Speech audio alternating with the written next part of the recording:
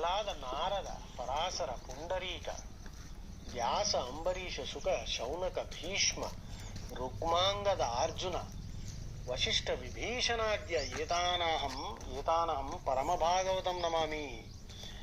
So Pandavas are all saying that I bow to these Parama Bhagavatas, the supreme devotees of Krishna.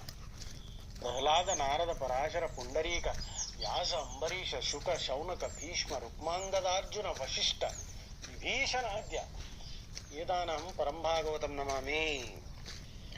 The next shloka, Lomaharshana Uvacha. Lomaharshana is a great Vedic rishi who was a chief narrator of the Puranas in the Satra Yaga in Naimisharanya, which is currently known as Nimsar in Uttar Pradesh. His son was Ugrashrava, who is referred to as Suta in the Bhagavatam. He is also a chief narrator.